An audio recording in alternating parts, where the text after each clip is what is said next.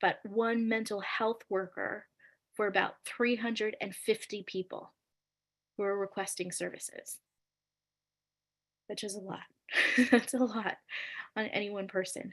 So, one person to 350 people requesting services. That's the numbers that we're looking at for the US. It is. It's a lot. So hopefully everyone had a chance to gather that paper and that pen. You've got it. I'm going to ask you on that sheet of paper is going to represent your energy. Okay. So as large as that sheet of paper is your amount of energy. Take a look at that sheet of paper. And now you're going to write a certain word on there. You are going to write a 4-letter word. You didn't know you would be coming to 4-letter words tonight, did you? I'd like you to write the word love, which I happen to think is the best 4-letter word there is. Please write the word love on that sheet of paper. And you are going to write the word love as large as it needs to be to represent how important love is in your life.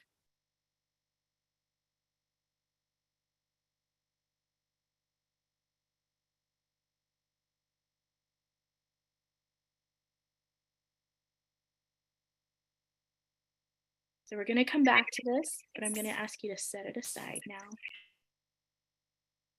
So that sheet of paper should have the word love written on it, written as large or small as it needs to be to represent how much love is important in your life.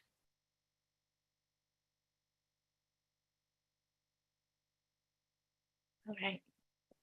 So before we get started, we should really talk about mental health itself and what mental health is, because that's a big question that a lot of people have. They say, that's for people who are really sick. That can't be for, someone like me. And I say, as long as you have one of these, as long as you have a head, then you have a possibility of needing to work on mental health. So mental health is important if you have a brain and if you have a mind. So your mind is not the structure, but your mind is the thoughts that you think and what you do with those thoughts. So first is the thoughts. The next piece is what happens after the thoughts. After the thoughts is feelings. How do I feel about those thoughts? How do I feel in connection with other people? And the third part is what do I do? What do I do about those thoughts and those feelings? How do I react in certain situations? So, those 3 pieces: thoughts, feelings, doing. If you do any of those things, there's a possibility that you have a communication breakdown somewhere there at some point in life. And that refers to mental health. So, as long as you have thoughts, as long as you're involved in doing, as long as you have feelings, that's where mental health is important in your life. So we're going to take those 3 pieces, the thoughts, the feeling, the doing, and I want to just sort of translate that into what that means for mental health. In mental health, there is a certain sort of treatment that we use, and it's the most common form of treatment right now. The name for that is cognitive behavioral therapy. I'm going to say that again: cognitive behavioral therapy. Cognitive behavioral therapy is looking at my actions and then saying, do I like what I'm doing here? Or do I need to take a step back? And if I need to take a step back, I'm going to take a step back to thoughts. I'm going to go back to what was it that I'm feeling? Do I want to feel that? And let me back that up to what am I thinking? And maybe I need to edit some of my thoughts. So, cognitive behavioral therapy, taking a look at what I'm doing, how that relates to how I feel, and how that relates to thoughts. With those in place, I think it's important for us to talk about depression and anxiety. So, what clinically makes up depression and what clinically makes up anxiety? So, before we get to the word of depression itself, there's sadness. Sadness is when we're feeling, things aren't quite going the way that I want them to go. I wish they would go a little differently.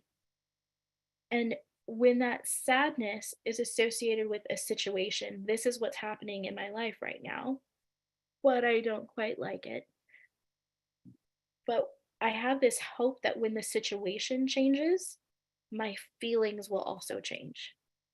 Then that's sadness. The issue arises when the situation changes, but my feeling stays the same. So my feeling of sadness stays the same or grows. And then the question becomes, what do I do about it? That's when that sadness has started turning the corner into depression. Depression itself, from a clinical perspective, is having a feeling of overwhelming sadness for a minimum of 2 weeks. Just 2 weeks. That's all. In that 2 weeks, you may notice weight changes. You may notice extra time in bed, but not really sleeping, or time on the couch, not wanting to interact with people, not having energy to do the things that you usually do, maybe not eating or eating too much. Those are all part of depression. And a lot of times with depression, it pulls us out of interaction. It stops us from being in relationships and wanting to be around people. So, depression causes a loneliness. Now, I want to shift because depression is what happens overall in the world overall as most common. But let's take a look at what's impacting us here in the United States the most, and that is anxiety. So, anxiety usually falls under generalized anxiety disorder or social anxiety disorder. It may also be obsessive compulsive disorder. So, obsessive compulsive disorder has also been getting a lot in the United States in terms of being diagnosed. So, anxiety is feeling uncomfortable to the point where it's a constant worry. So you have a constant worry about something or someone. And again, this has been more than just a situation. So it's not just about a test at school. It's not just about, oh, I was late at work. It's about more than one situation. Anxiety is where it's stretched out beyond situations and the worry has continued. So before there's anxiety, there's anxiousness. Anxiousness is where I feel uncomfortable in the moment. And something that happens naturally with all of our bodies is with depression, we tend to be a little colder, like we feel cold. We want to be wrapped up and kept a little warmer. And with anxiety, just the opposite happens. We feel hot and we start feeling sort of clammy, and our legs may be restless, our hands may be restless. Um, all of those things are a way to get rid of like this extra energy. So, what happens with depression is there's often a situation where you're sad about something, but you don't have a good solution to the problem. And so you just keep turning it over and over and over and over and over in your mind without a helpful solution. So all that energy that you feel that is lacking on the outside is actually because it's being used here in your mind as your mind scrambles to find a good solution and it keeps coming up short. And because it keeps coming up short, remember thoughts to feelings, that's where you start feeling, oh, why can I not find a solution to this? Something must be wrong with me. That's what happens with depression.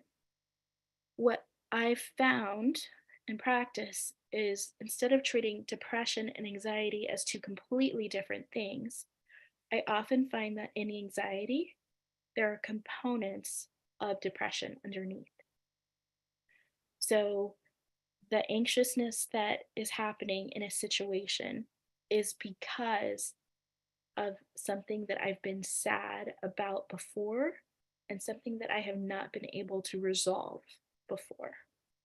So, what happens with that anxiousness is with depression, I didn't have energy to do anything and I wasn't around people. With anxiousness and anxiety, all of a sudden my body starts waking up and it goes, oh, you need energy to solve these problems, let me give you some energy. I'll give you some energy. So it gives you energy to solve the problem. The problem is you don't have a good solution to the problem.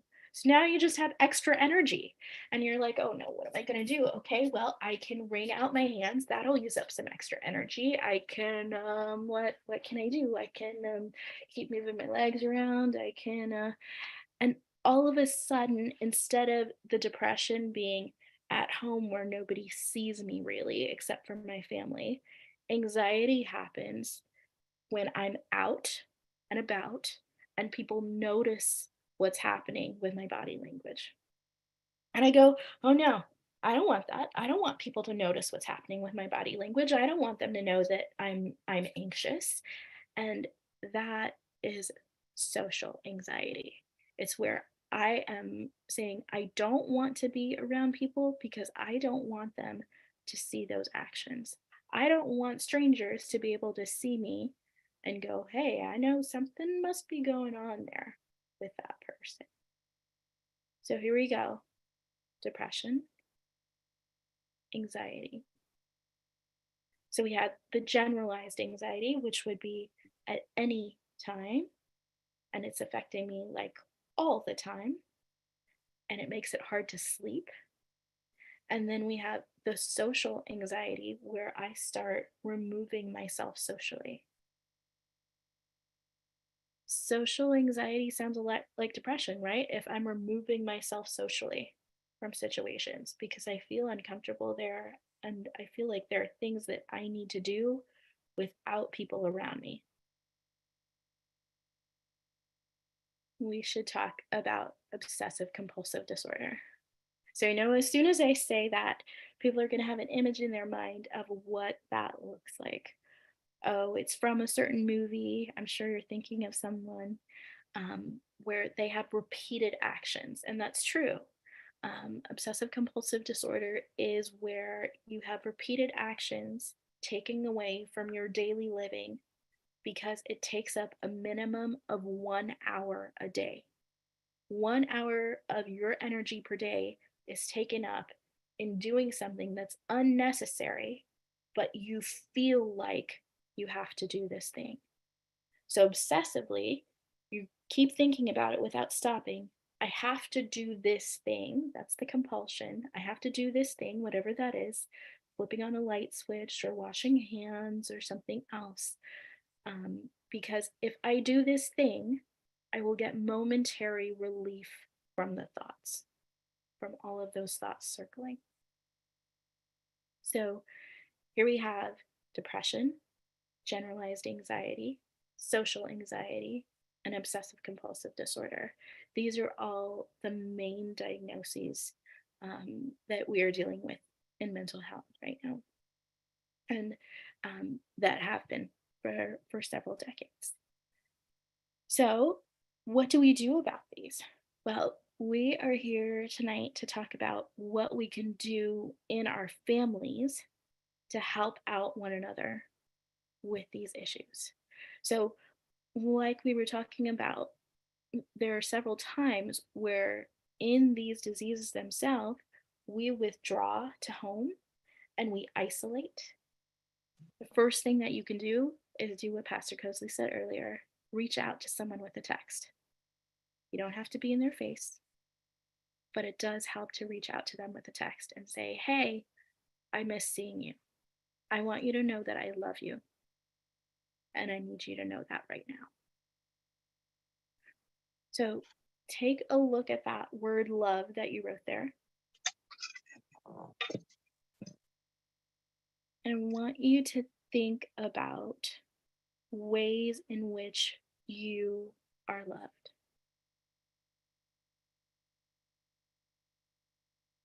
Love is not only an act, but it's also protection. There's a safety in love. And there's a caring in love that goes beyond just the hey. There's connection. And that's exactly what God has for us, right? When we distill it to its simplest terms, God is love.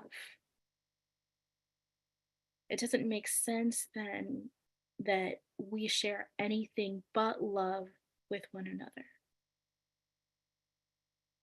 We're created in His image and we're to do His will. Then love becomes a major component of what we need to do each and every day. We're going to take a step back to Genesis for a second. Go back to that garden. I'm wearing green today and even got leaves on to help remind you of Genesis. So we're going back to the garden. And as we're there, picture, if you can, God creating the animals, just speaking all of those animals into existence.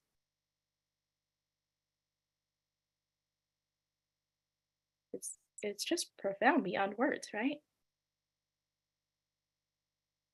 And then to create humans, God gets down into the dust and gets messy and goes, I'm going to play in the dirt. And there He forms us. But instead of just making us zombies or making us robots, God breathes into us. What an incredible act.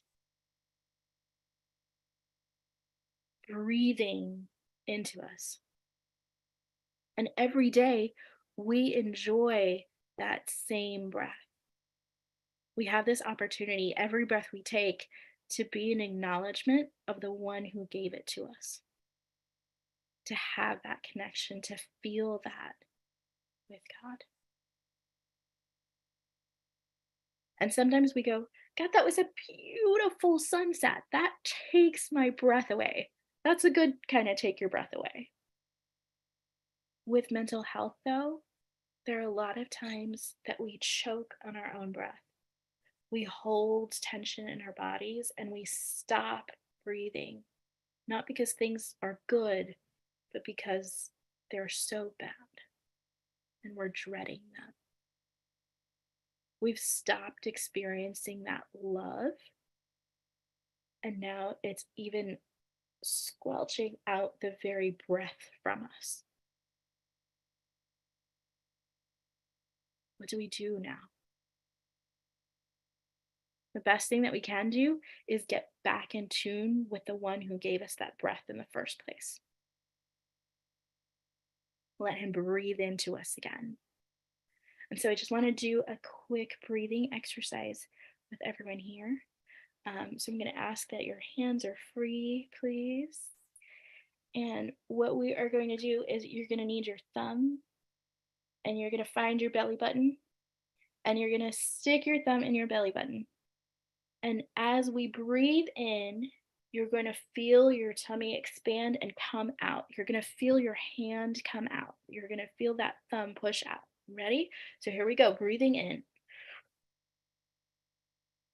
Hold. We're gonna breathe out.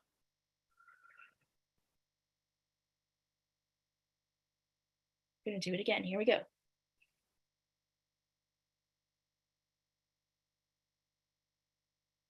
Let it go.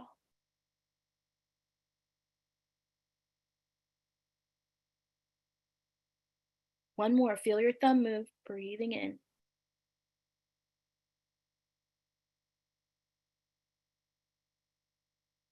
letting it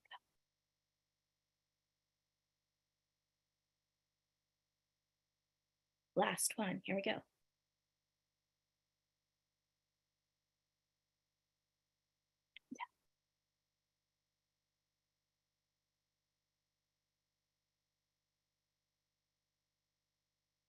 Does anyone feel dizzy?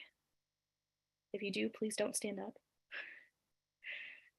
Anyone feeling a little tired? If you are, you should notice that you've been holding your breath before we did that exercise.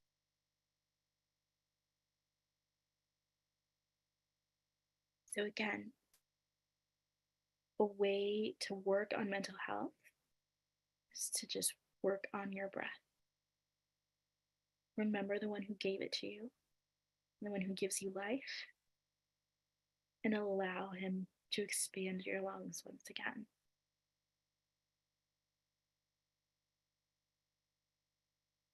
And we're going to move from that breath to God not creating us as robots, but creating us as thinking beings and giving us choice and opportunities to make mistakes, which we all do, and opportunities to get things right, which, amen, we get to do as well with the Holy Spirit's guiding.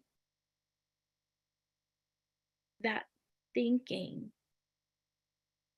and that choice making are ours alone. And there are so many things and people that vie for our attention. There's one whose name is Satan, and he really, really tries hard to get our attention. And so, in that choice making, we have this opportunity to go, what am I going to choose in this moment? What about right now? What's the best choice that I can make? Thoughts are powerful.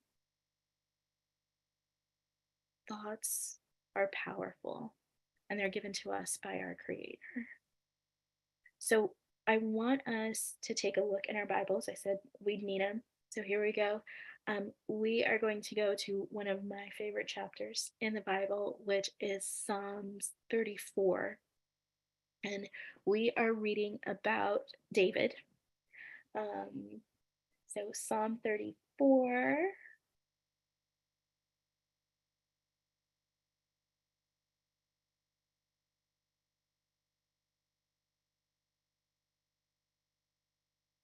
Here we are. And we are going to read together. So this is a Psalm of David when he changed his behavior. Remember, we were talking about thoughts, feelings, and actions. So this is David changing his behavior before Abimelech, who drove him away, and David departed. And that's how he escaped, changing his behavior. There are so many times where we look at people with mental health issues and we go, whoa, that behavior, I can't be near that. And yet sometimes different behavior is what saves us. So here we go. Psalm 34, verse 1. I will bless the Lord at all times. His praise shall continually be in my mouth. So, what that means is, as long as I'm praising God, I don't have room in my mouth for anything else. And that's hard on some of us, isn't it? I will bless the Lord at all times. His praise shall continually be in my mouth. My soul shall make her boast in the Lord. So I want to pause there for a second. Our soul is something that we feel inside of us, and it's our spiritual connection, right? Our soul. We're not talking about the sole of our shoe or the sole of our foot. We're talking about our soul and our being in our spirituality. My soul shall make her boast in the Lord. The humble shall hear thereof and be glad. Oh, magnify the Lord with me, and let us exalt his name together. When we gather, that is what we are to do. When we're alone, we're constantly praising. When we're together, we're shouting and magnifying God's name together. Verse 4, I sought the Lord, and he heard me and delivered me from all my fears. Remember, we were talking about having a problem with depression, having a problem with anxiety, and the root of those are fear. But here we have verse 4, I sought the Lord, and he heard me and delivered me from all my fears. Verse 5, they looked unto him and were lightened, and their faces were not ashamed. I don't have to be afraid of my behavior, because as long as I'm looking at Christ, I'm reflecting him in my thoughts, in my feeling, in my doing. This poor man cried, and the Lord heard him and saved him out of not some of his troubles, but all of his troubles. The angel of the Lord encamps around about them that fear him and delivereth them. That's my favorite verse. The angel of the Lord circles us. We are encircled by an angel, saving us from everything that we could think of harming us and what's beyond our seeing. Oh, taste and see that the Lord is good, because when we know God is good, it's not just something we think about, but it's so real to us, we can even taste it in our mouth. Oh, taste and see that the Lord is good. Blessed is the man that trusteth in him. Oh, fear the Lord, ye his saints, for there is no want to them that fear him. We want nothing else but God. The young lions do lack and suffer hunger, but they that seek the Lord shall not want any good thing. Come, ye children, hearken unto me. I will teach you the fear of the Lord. This is the part that we carry generationally. What man is he that desireth life and loveth many days, that he may see good? Keep thy tongue from evil, and thy lips from speaking guile. Depart from evil and do good. It's another 4-letter word. Seek peace and pursue it. The eyes of the Lord are upon the righteous, and his ears are open unto their cry. The face of the Lord is against them that do evil, to cut off the remembrance of them from the earth. The righteous cry, and the Lord heareth and delivereth them out of all their troubles.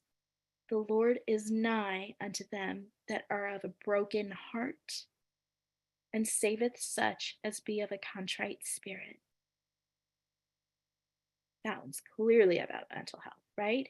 God is there with our broken heart. God is there to help us as long as we come humbly to him. Many are the afflictions of the righteous. Ugh.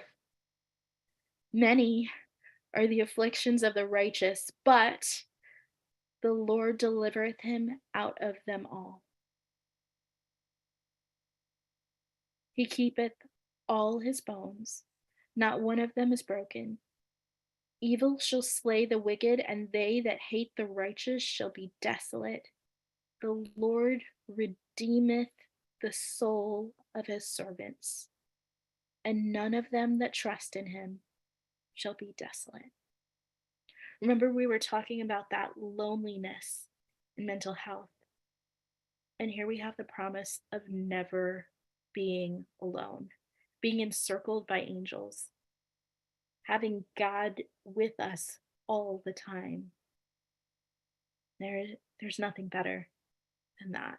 And what a wonderful promise that we can carry generationally to children over and over and over. So we are going to get ready to close. As we do that, I want you to get out that pen again, and we're going to add a word to your sheet. You're going to add the word burden. So here's what you're going to do. Depending on where you need to put it, you're going to put it on your sheet of paper. So your sheet of paper has the word love.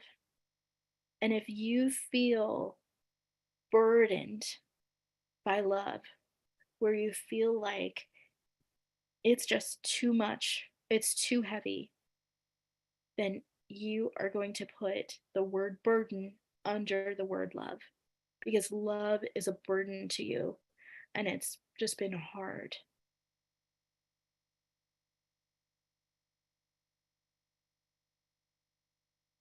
If, on the other hand, you exercise the burden of love by caring for others, and you feel ready to carry that and share that, you're going to put that word burden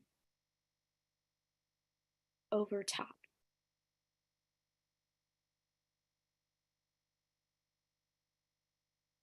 So add it wherever you need to. And notice for yourself, are you in a place where you maybe need some mental health help? Or are you in a place where you can give some to someone else? Thank you so much, everyone, for allowing me to be here and Pastor Kelsey.